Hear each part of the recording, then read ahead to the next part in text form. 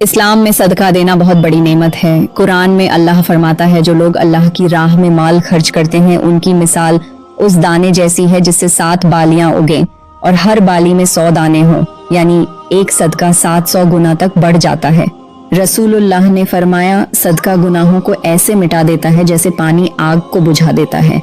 और यह भी फरमाया, सदका देने से माल कभी कम नहीं होता बल्कि अल्लाह उसमें बरकत अता करता है। सदका सिर्फ पैसा देने का नाम नहीं है, किसी गरीब की मदद करना, भूखों को खाना खिलाना, जानवरों को पानी पिलाना, यहाँ तक कि किसी को मुस्कुराकर मिलना भी सदका है। अगर हमारे फैक्ट वीडियो अच्छे लगते तो कमेंट करें।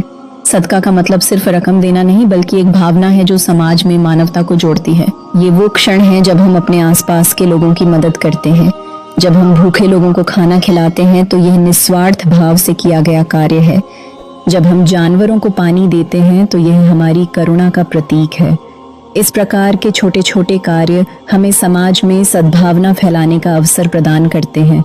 इसीलिए जब हम दूसरों की मदद करते हैं तो हम अपनी बरकत को भी बढ़ाते हैं।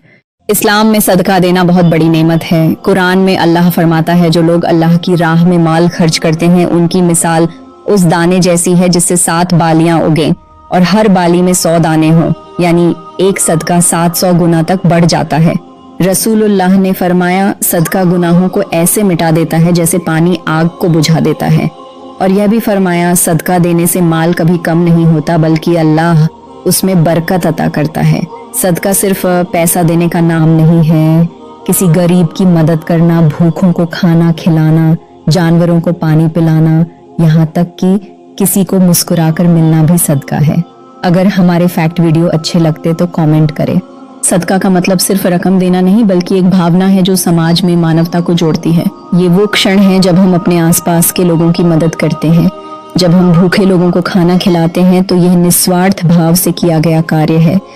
जब हम जानवरों को पानी देते हैं तो यह हमारी करुणा का प्रतीक है। इस प्रकार के छोटे छोटे कार्य हमें समाज में सद्भावना फैलाने का अवसर प्रदान करते हैं। इसीलिए जब हम दूसरों की मदद करते हैं तो हम अपनी बरकत को भी बढ़ाते हैं।